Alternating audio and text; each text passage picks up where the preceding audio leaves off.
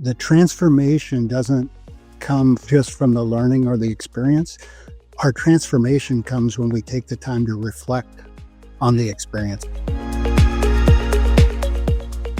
Hey, welcome to the podcast where dreams meet determination and success is just around the corner. I'm your host, Suzanne Taylor-King, and I'm here to help you unlock the full potential of your business and your life. Welcome to Unlock Your Way with STK. Let's unlock your path to success together. Good morning, everyone, on this special Black Friday edition. I hope everybody is still full from Thanksgiving, and welcome to another live episode of Unlock Your Way with STK. And we are here today with Steve Campana, business coach, incredibly accomplished entrepreneur himself. And we met in the exchange community, which many of my followers know. That facilitation training attracts some of the most amazing people. Welcome, Steve. Good morning, Suzanne. I look forward to our conversation and connecting with your audience. Yes, I'm really excited to dive in a little about your story because you had such a rich career before you became a coach. Tell us a little bit about that. Well, I was blessed that I was able to spend 43 years as a certified public accountant inside of 3 different firms, and that was a journey unto itself. I had announced to the world in high school that I was going to be a certified public accountant or practice public accounting, and really at the time of that announcement, I really wasn't. I knew I liked accounting, but I really didn't know what a CPA did. Wow. But because I had set that goal, I had a lot of academic distractions when I transferred to a Big Ten university. And in the early 80s, there were thousands of accountants graduating. So I missed the boat for a couple years before I was able to meet a gentleman that gave me a pathway to get into the public accounting field, which basically was pass the exam and everything else goes away. And that's what happened. So I was blessed. I was blessed. The 80s, I think, for me was the glory years of public accounting. And that's when I got started. So, wow. It was also the glory years for some really good music, too. But that's a whole nother conversation. Yes.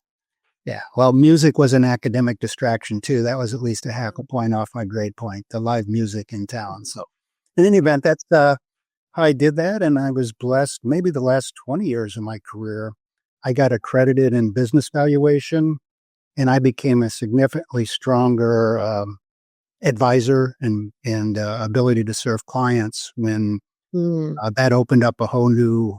It's almost like another language. Your analytical skills really improve a lot. So that's the background that led me to here, and about 2017 was kind of an earmark year. Most public accounting firms, including the one I was at, had you got rid of your ownership, usually around 65, which our firm had. Mm-hmm. And I attended Michael Hyatt's Achieve conference in 2017 and started my Strength to Strength journey. And I love that book, by the way, by Arthur Brooks. But so that's the path I've been on. And as of the end of 23, I'm no longer embedded inside of CPA firms. And my true entrepreneurial journey began at that time. Well, I love it because you're using, some of your strengths to build on that entrepreneurial journey, which is, so important. And I think a lot of people go on an entrepreneur journey not thinking about their personal strengths and the skills that they bring to the table. I often refer to it as the tools in your toolbox. And I think missing that is really a shame for so many entrepreneurs. What skill really stood out to you based on your own learning of yourself? What was that skill or strength that stood out that, kind of propelled you forward? Well, I might answer the question starting with my lack of strength. Oh, which okay. is all progress starts by telling the truth. So maybe I'll Yeah. start there. So, Suzanne, I spent 38 years being technically really, really good. Um, so if those skills were a 9, my emotional quotient skills, I did not invest time on the relationship side of my Mm. life outside of, strong relationships with clients.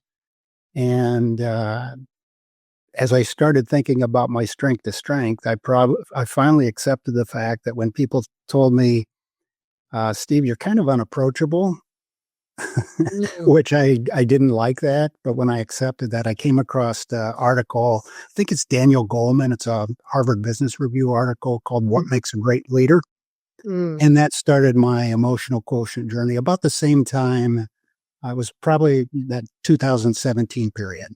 Okay. So one of the things I spent 5, 6 years on is really trying to work on those skills. The self-awareness, the self-regulation, and the social skills to put me in a position to be an entrepreneur. Mm. And so that There if you haven't, it was very transformational for me Yeah. to get there. I'm an accountant by training, but I joke that I'm trying to outgrow it and become an entrepreneur. Was there something in your life that spurred that journey that made you think, "Ooh, I need to work on me if I wanna, you know, go to that next level?" It would be the realization and acceptance that I didn't have a lot of connections outside of business. And again, I am a fan of Arthur's books, but he uses that term. I had a lot of deal friends. And even though some of my clients were real friends, I really did not have a lot of real friends. And Mm. so that, when you hit 60, 62, whatever that age would have been, Yeah. that was a big aha moment for me. Wow. And so what I love about this is that, you allowed that personal journey, the inward, the introspection to fuel the business journey, not the other way around. And do you think that was kind of pivotal in you finding this path that you took? I would answer that yes, because I think my what I do statement is I acquire, apply, and transfer knowledge and skills. But all of that had been really in the numbers side of the business. And that realization, I really opened up my journey. So it went from Michael Hyatt. I started following Dr. Benjamin Hardy when he was first started blogging in Yeah. his written books. And everything accelerated along this journey. So it went Hyatt and then Ben Hardy and then others. But in 2023, my last year embedded inside of CPA firms, Ben co-wrote a book with Dan Sullivan, the founder of Strategic Coach, called 10X is Easier Than 2X. Mhm. And he had this book contest. And I entered it, but I entered it as part of my personal growth journey. I didn't enter it to try to win any contest, Mhm. but I was all in because I'm wired that way. If I do something, I do it. And it Yeah. was pretty comprehensive, of course. But Susan, I was one of 10 people selected to go to his upper level mastermind live Mm. conference in Park City, Utah in the summer of 23. Guess who I met there? Guess who facilitated that? Someone you and I both know. Can you guess who that was? John. John and Adair. That's where I met John and Adair Cates from Mhm. Exchange. And everything started accelerating there Wow. from that conference, just that experience, and then followed that, became an exchange member in December. That's shortly after that I met you. Mhm. So I think that heading down and starting to read and invest in literature and trainings that were more about not about the numbers side of my life, but about Yeah. emotional quotient and working relationships and all of those things. Mm. Uh, it led me to the people that are really inspiring me to launch this business coaching business. So I'm in a stage of my life to make contribution and just want to help business owners go through the stages of their business from starting your business as a job to Mhm. ending up you're running a self-managing company and leaving a legacy, kind of that path. Well, we're so aligned when it comes to that. I feel so passionate about, you know, that exact message. The message of that anyone can really work on themselves and have a business that they love and give value to the world, and you deserve that for yourself. And what I love most about your story, Dr. Hardy's book, 10x is easier than 2x, in 2023 changed my life, Wow. changed my business, changed my life because I was willing to read the book and take action on the things that he was suggesting. And one of the most powerful messages was that not to-do list. I had to really look through my calendar and what is not serving me, what doesn't have an ROI for my business, what isn't helping me grow, what isn't making me money, and say goodbye to those things. It changed some relationships for me, which is okay, but it actually gave me space, not only up here, but in my calendar to get more meaningful work done. And I messaged him when I made those changes. And literally, he's not even a connection of mine. I just sent a message on LinkedIn and I told him of the action I was taking because of the book. Well, we've now had a couple conversations. He's going to be on my podcast in April. And the possibilities, if you do that work on yourself, 10x really is easier than 2x. My business has quadrupled in income and impact, and my relationships are better, which is just absolutely incredible that one book can do that. Oh, thank you so much for sharing that. And I did have a chance to meet Ben, and he is just a very, very giving person. I mean, I'll give you just one example. I'm new. Most of the people at that live conference knew each other. There were 10 of us there that were meeting these people for the first time. And if he caught me out of the corner of the eye and I wasn't in a group, he would just look at me and wave me over. He would invite me into the conversation, invite me into the circle, and he did that throughout. He's just a very generous person. And I love the example you shared. One of his guests during the book contest was Dr. Alan Bernard, and I think but he talks about seemingly impossible goals. Would it be helpful to share a little bit about that? Yes, please. So he talks about seemingly impossible goals, and you frame those. This goal is seemingly impossible unless. Ooh. And the unless helps you identify the constraints. The unless this happens. Wow. And stretch goals are seemingly impossible goals. They define them as those are things that we aspire to, but more likely than not are not within our current capabilities and skill set. So we're not quite sure. We don't have all the answers at that point in time. The last piece about that, they posit that seemingly impossible goals are actually have a clearer pathway because there's fewer ways to get there. Oh, I love that. And that I feel that so true. So true. Yeah. And so the point was that you actually can gain clarity around them because you have to let go. What got you here won't get you there. So it's your journey of what am I willing to let go of to get there? And to accomplish those, the final piece is 80% of what you're doing has to be new, and you only retain 20% to do that. Ooh. But I really love that example that, motivation and hope both come from a clear and compelling goal, a pathway to get there, and the belief that we as individuals or our companies have the agency to start down that path and course correct as we go. Yeah.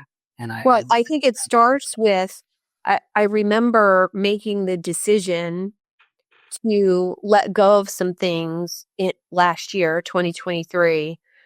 And my mentor said to me, when will you make those changes?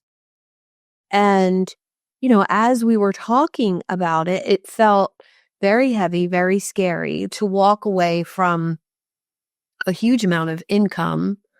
But she said one statement to me, and she said, if you want to go where you say you want to go with your business and your speaking and your book and all the things, you can't have a $10 product on the shelf that does something totally different.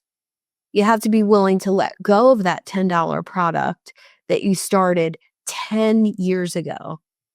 And it was a $10 a month membership product. And she said, when? I said, today, right now.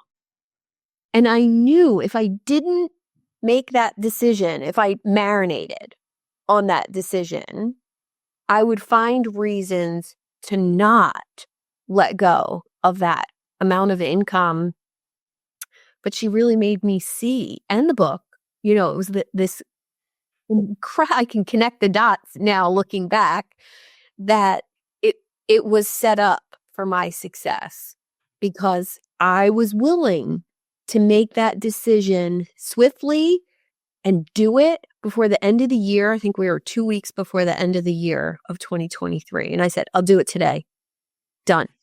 Did you find that open? I'm guessing that really opened a lot of bandwidth when you did that. You can replace it's really interesting. In fact, Don Miller, the Coach Builder platform that I'm part of, which is Business Made Simple and the Small Business Flight Plan, one of our frameworks is a product review to help entrepreneurs, because we do tend to hang on to we have legacy products in our offering, maybe are no longer serving our audience, or need to be passed down to someone that's maybe where you and I were 10 years ago. There's still a market for it, but not for us anymore. Yeah. So I love that concept, and I look forward to helping people think through those processes. What I did not know that we had a similar journey with that book. It's very interesting. Yeah. See what happens when you have a coffee chat with somebody and you actually discover. And I will tell you, I was a member of Exchange, in 2023. And I would have called myself a dabbler in getting, to the point with that community and the certification.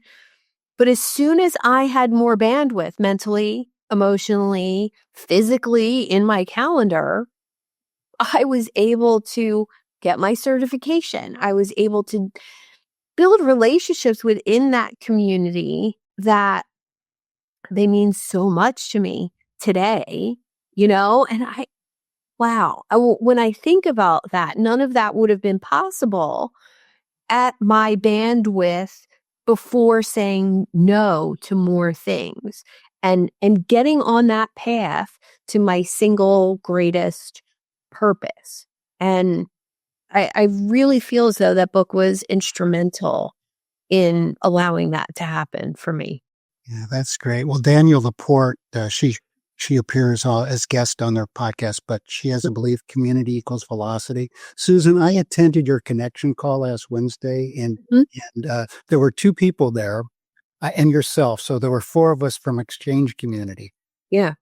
Out of a very large community, we had a Zoom. If people wanted to, at 9:00 yesterday morning, a little Zoom call for an hour, just to celebrate our gift. Get 2 of those 3 people that were on your call Wednesday were with us. Wow. Yesterday. So that was really interesting. So community really is velocity, and getting involved in the right communities and moving on.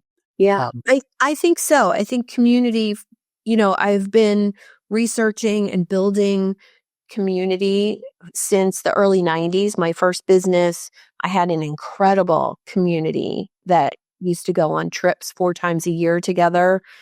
And that, it was before the internet, before cell phones. So the community was on a yellow legal pad, names, address, phone number.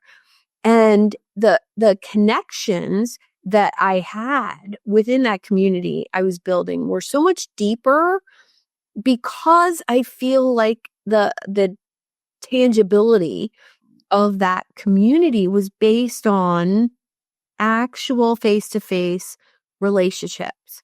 And I think that's a missing piece with so many online communities. They try to have this digital platform when really the magic, I think you can do it digitally on Zoom, but there has to be connection between people. Yeah, I would agree. And as you know, from our facilitation community, it's the idea of unlocking the collective wisdom of the group. And the way Yeah. you do that is the way you gather and create a space where more voices come into the room. Mhm. And there's ways to do that. And it's very powerful. Huh. I use the facilitation because I'll do training for CPA firms once in a while. This example might be helpful for your audience of why that's so powerful. If you go to there's 30 attendees there and you're training a technical topic. In the first hour, it's very unlikely, even if you took, are there any questions? And Mhm. it's very unlikely that more than 5 people would have brought their voices in the room. Yeah. But by changing that experience from passive to active and using questions and conversations as opposed to questions and answers, and Mhm. then the way we facilitate it with the breakout rooms and the reflection, within 75 minutes, all 30 voices will have had a chance to talk and have a conversation. Yeah. That's Yeah, I really very it's powerful. it's so powerful, and I think bringing people closer together like that is really incredible for anyone to learn how to do, and I remember the first time, and I would love to hear your first time using a piece of exchange within what you were doing. I had been running a monthly call for coaches for about 6, 8 months, and at the end of the call, it was the normal call with the speaker and all the things, and at the end, we had about 5 minutes left. I said, "Okay, to seal this in, I want to go around the room, rapid fire, and get everyone's biggest takeaway." And I went from person to person, in 10 seconds or less, "Tell me your biggest takeaway from today." And, there was 30 some people in the meeting, and I documented those 30 takeaways with my little note taker, and the email that went out afterwards was so impactful, but the experience in the room, now everybody's contributing to the conversation. Everybody was voicing what their takeaway was. And so whatever my takeaway intention was, it was different for everyone, which that's just absolutely incredible. But your meeting recap with those 30 ahas that made the experience different for everyone. Yes. And I don't know where this came from. I know we use it from time to time, but the transformation doesn't come from just from the learning or the experience. Our transformation comes when we take the time to reflect on the experience or the learning. So that meeting recap was very powerful. I can share a couple of my facilitation experiences. So both were surprising. One was at a training for a 20-minute training.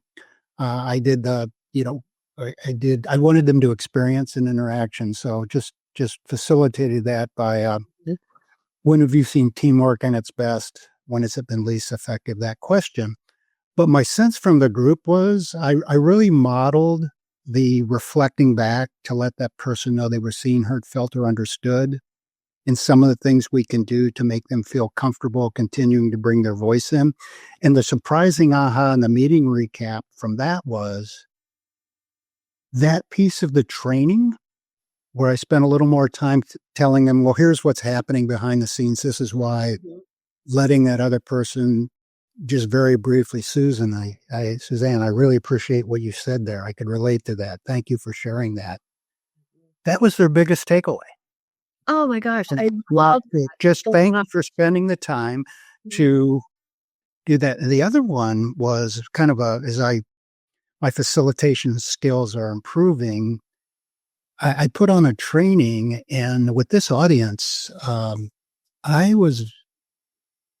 structured it that, look, I'm happy to do the training, but there will be a minimum of 2 breakout rooms because I really, for you to get benefit, it has to go from passive to active, which was agreed to. And I was thinking that part of the training would be my biggest challenge. Mm-hmm. And the 2 breakout rooms were the best part of the meeting. Mm-hmm. And I needed to spend a little more energy on the other parts of the meeting. So it's just a complete surprise. So that opportunity to connect with others and bring out the collective, it's very powerful. So those would be 2 examples about the facilitation. Listening to you talk, I do have another example on my journey in the last year that might be helpful to you. I would love it. Yeah. So, when you're an owner and you've had long-standing client relationships, the people you're talking to about solutions to their problems, they already have your trust. Mm-hmm. Okay. And my base is I acquire, apply, and transfer knowledge and skills. And Suzanne, I assume my audience has the same level of interest to be at the same level of detail as I do, which is not true. So I was starting my journey kind of telling people at the beginning of 2024, when I'm no longer in bed at, hey, here's what I'm going to be doing. But I started explaining, I was very passionate about some of the leadership things we're learning in exchange and the facility. And I found in reflection, I'm just leading with explaining. Mm-hmm. And I've really had to flip that to a thought from the book, The Advice Trap, to stay curious longer. Yes. Yes. And really that idea that people don't buy from us because they understand what we do. They get comfortable with us and make a purchase decision and go to the confidence level to interact with us because they believe we understand them. Yeah. We understand them, not that they understand us. And so that was about probably July when I had that reflection and aha moment that, wait a minute, you can't, one, you don't have their trust from the get-go. So you have to really be curious longer, I guess. So that was that was such on that a path. good, same really powerful lesson for me a couple years ago. One of my connections, I offered some help in regards to something he was working on, and he said, no. And I thought,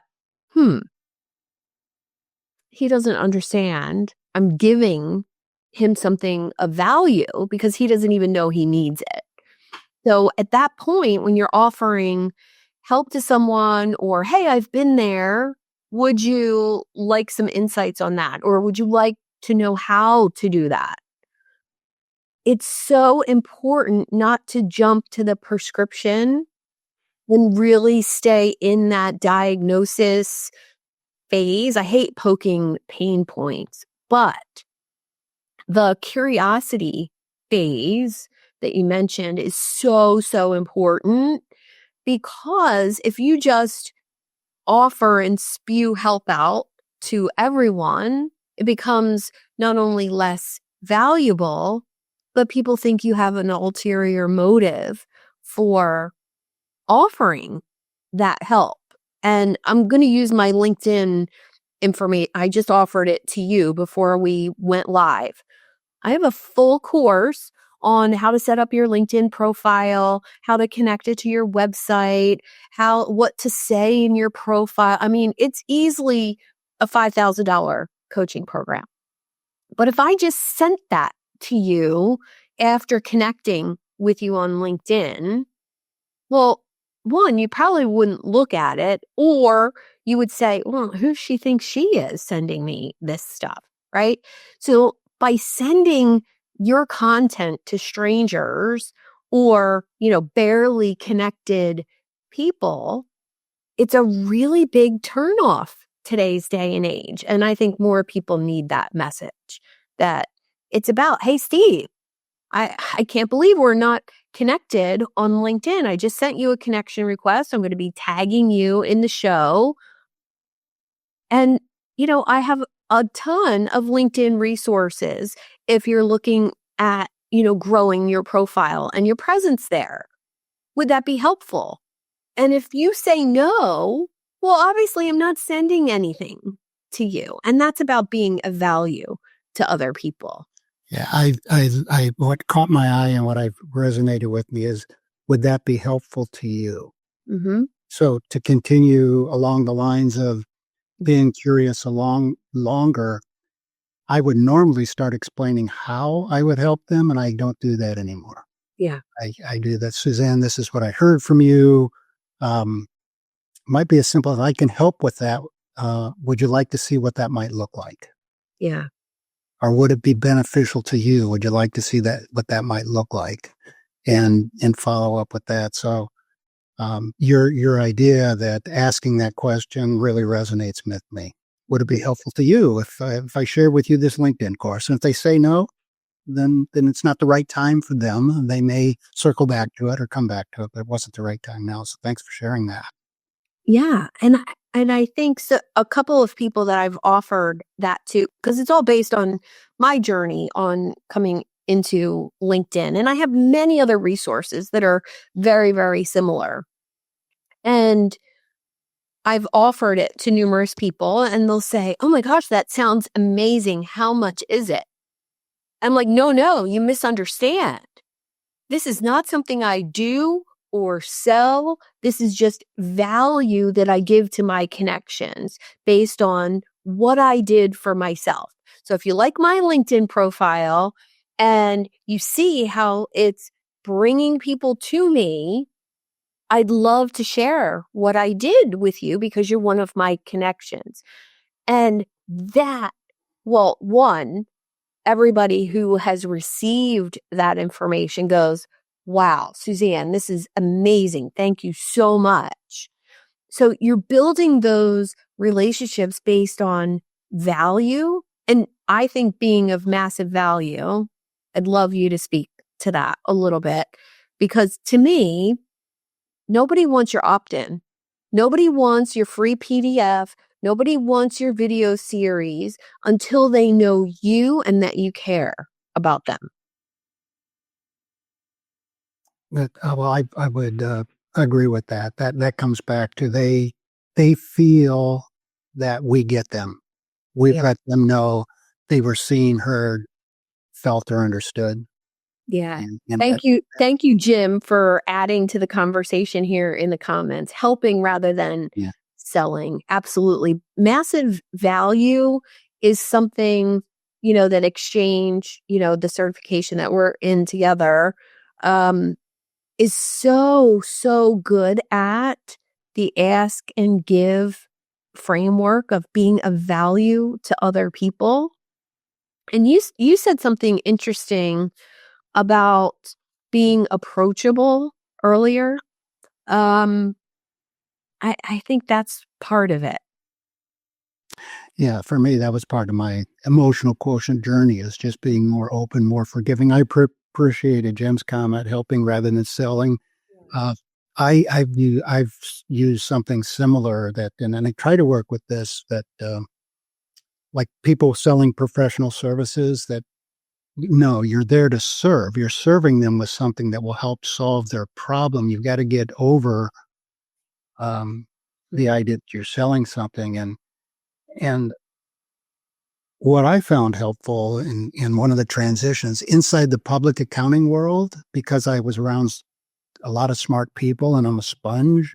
The last 8 years of my career, I did have the ability to just listen, and I never went in knowing how I would solve a problem or if they easily even had a problem, but I was able to match up what I heard with something I've done in the past, and that was very powerful. So that's a transition now. I've got to develop that skill set around my current product offering. But when you get to that point that you're not sure how you can help them, but you can, even if that might be a referral to someone else. That's not within my breadth of expertise, but I know someone who would be perfect to get your website up and running, to help you with your LinkedIn profile. That's when you're really starting to add value and you're shifting from selling to service. And then you mentioned the value. I'm a big believer in having product. This does come from the small business flight plan and Don Miller stuff, but have products with the stated value. I'm in the results economy now. Dan Sullivan comment, not the time and effort, Mm-hmm. hours times rate. No, Yeah. it's this product. And then to your point, whatever that stated value is, over deliver on that. If your stated value for this is this, make sure you deliver value above that. Yeah. Yeah. I just surprised one of my one-on-one clients. I learned a new skill with an AI tool. And basically I can take your face and your body and put it in different images. So it's like playing dress up to me. I can decide where you're at in the picture, what outfit you have on. And I learned it for myself. I learned, and it's not something I'm going to offer the public. It's not going to be, some new offering for me. It's a skill I have in my toolbox. And my photos turned out so well. Everybody was commenting on them. And one of my clients said, "Wow, when did you have a new photo shoot?" And I said, I did 1,000 photos yesterday in less than an hour, all different outfits, all different cities, all different scenes. And my client looked at me and said, "How?" "Well, I learned this new skill." And it's unlike other AI photos because it's actually my face. I'm just putting different clothes on myself. And I said, "I can do one for you if you would like." Well, he was so blown away by the results that he said, "How much do I owe you for this?" I'm like, no. This is part of what you get when you work with me. My one-on-one clients, whatever I'm working on for me, you're going to benefit from that.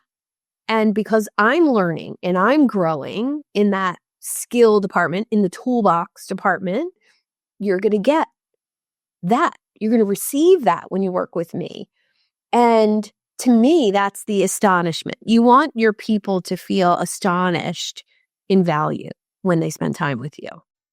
Yeah, and I appreciate that's a great share, Suzanne. And I will tell you that you just shared that maybe sometime in the last 2 weeks that because they look so real. I mean, they are real. Those images. Yes. I had the same thought that, wow, this lady has the coolest pictures. And Mm-hmm. had you not shared that, there is no way I would have thought that that wasn't a professionally shot image. Right.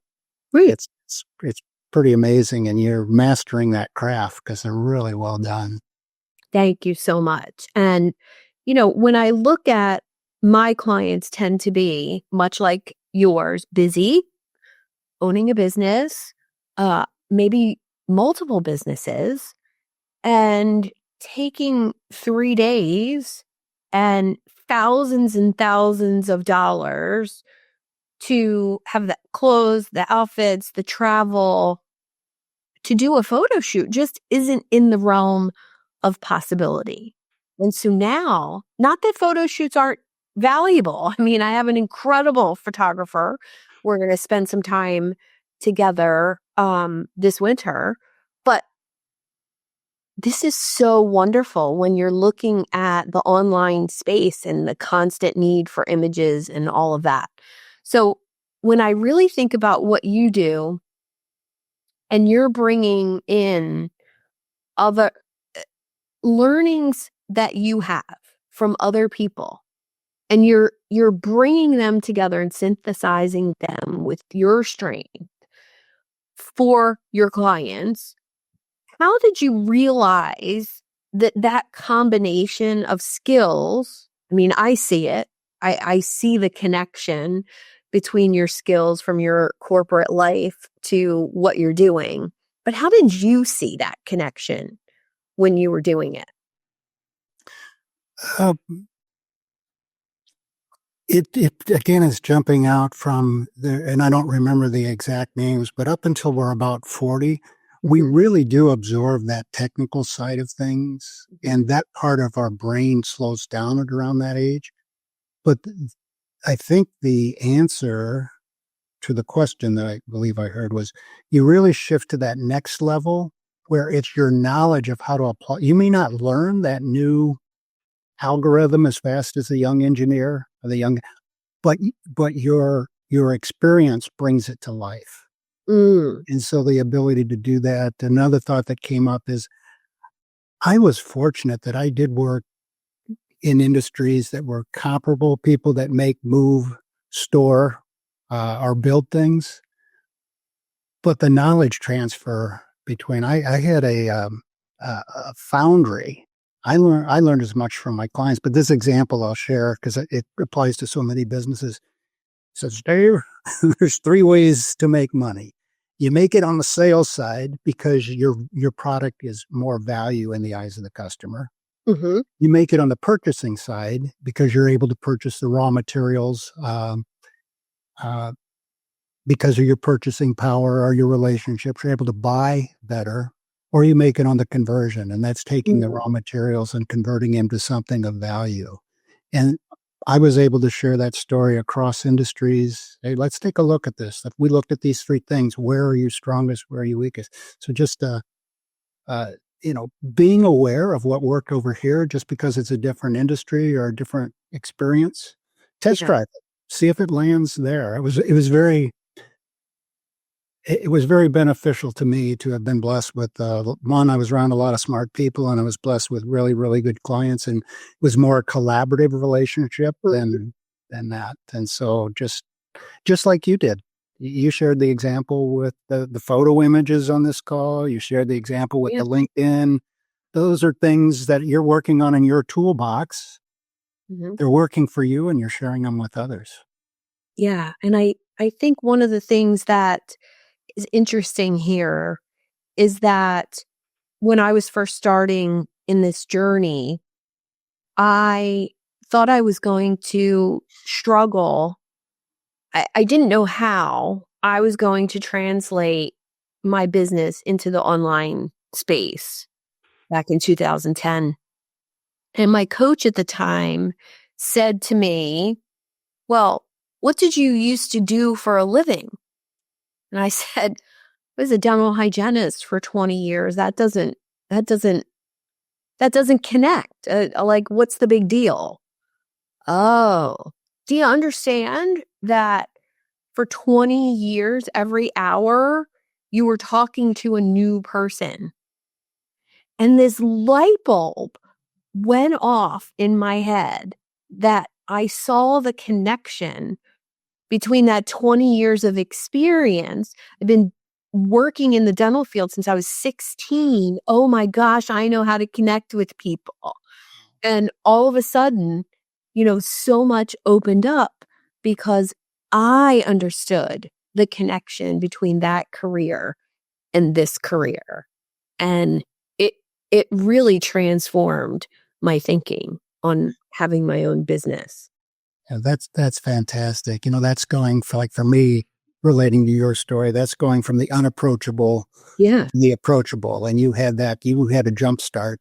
And what a great insight that friend or mentor of yours gave you to Yeah. go from strength to strength. Yeah. Yeah, I love that so much. And I love that that brings us full circle back to, you know, that journey for you, realizing that you had these strengths, bringing them out into the world and helping clients. And I think helping others is truly, I always thought it was because I was in the healthcare space for years. You were in a helping profession for years. So it makes sense, to use that knowledge that you've accumulated in that career and use it to help other people. And I just think what you're doing is so wonderful. How can our listeners find you and get in touch with you? I know you have you have a new website coming soon and all kinds of fun stuff you're working on. Yeah, right now, LinkedIn would be the best way to reach out. I'm not the marine biologist. You'll see an image of me, but there is a Stephen Campana that, if you Google my name, he will come up. He's from Canada, and he's well renowned. That's not me, Okay. but You can find me on LinkedIn. The website will be Campana Business Coaching. Love it. That will come out. The website I put up 5 years ago when I was kind of exploring what to do. It'll give you some insight into my background. My book, my Black Belt Billiards book is on there. I wrote that 20 years ago. I'm an avid pool player enthusiast. You could go there. It's Campana for Performance Coaching, but it's really it's not designed for a business. It's more of a fancy bio of myself and the stuff I've dabbled in, so they can reach out there. And look for the website. I'm looking to launch and really have that up and running, and really looking forward to continuing to add value. That's I want to be a builder. And as we wrap up, Suzanne, I'd be happy to exit with something it's a little poem that Lou Holtz in the late 80s, I heard him speak, and it's called The Builder. And I haven't recited it in several years, but there's something about this connection and the space we have today. You're talking about building, we're talking about building a business, but ultimately we want to be builders. You said we want to serve. Jim said he used something, but it's helping, not selling. So we're here to serve. We want to be builders. And if it's the appropriate time, I could do my best to recall that and share that with you. And I'm so appreciative for the opportunity on Black Friday or the day after Thanksgiving to be able to connect with you and look forward to our continued journey. It's so exciting. We've had a parallel path. Yes. Would you like me to share? Yes, please. Okay. Yeah, I would love it. Okay. I saw a group of men in my hometown. I saw a group of men tearing a building down. With a heave and a hoe and a mighty yell, they swung a beam and the sidewalk fell. And I asked the foreman, are these men skilled? The type you would hire if you were trying to build? He laughed and he said, why, no, indeed. For common labor is all I need. For I can tear down in a day or two what it took a builder 10 years to do. And I thought to myself as I walked away, which of these roles am I going to play? Am I the type that constantly tears down as I make my way foolishly around? Or am I the type that's trying to build with care so that my family, friends, and community will be glad I was there and make it a great day? Thank you so much for sharing that. And everyone, rewind and listen to that again from your perspective, in your business, in your journey. I love it, Steve. Thank you so much for being here. Look forward to more conversations and look forward to talking about pool in the future as well. Very well. I've enjoyed our time and look forward to connecting again. Thank you so much for inviting me on into your community and on this show. You're so welcome. Have a great day, everyone, and we'll see you next Friday. Thanks, Steve. Bye. Thank you for tuning in to another empowering episode of Unlock Your Way. I hope you found today's discussion inspiring and you're ready to take your business and personal growth to that next level. If you're feeling as fired up as I am and eager to unlock that full potential, I'm here to help you on your journey and provide that personalized guidance tailored to your unique goals and challenges. Simply book a one-on-one coaching call with me and we'll dive deep into your business aspirations and see how we could co-create a roadmap for your success. And whether you're striving to scale an enterprise or just getting started, I'm here to support you every step of the way. To schedule your coaching call, simply visit the website at unlockyourwaywithstk.com, click on the Book a Call button, and we'll turn your dreams into that reality. Subscribe and review on your favorite podcast platform and on YouTube. Plus, you can join over 800 entrepreneurs in the Idea Lab Facebook group. Let's make success as an entrepreneur happen together. Until next time, I'm STK. Keep dreaming big, stay focused, and most of all, have fun while you're doing it.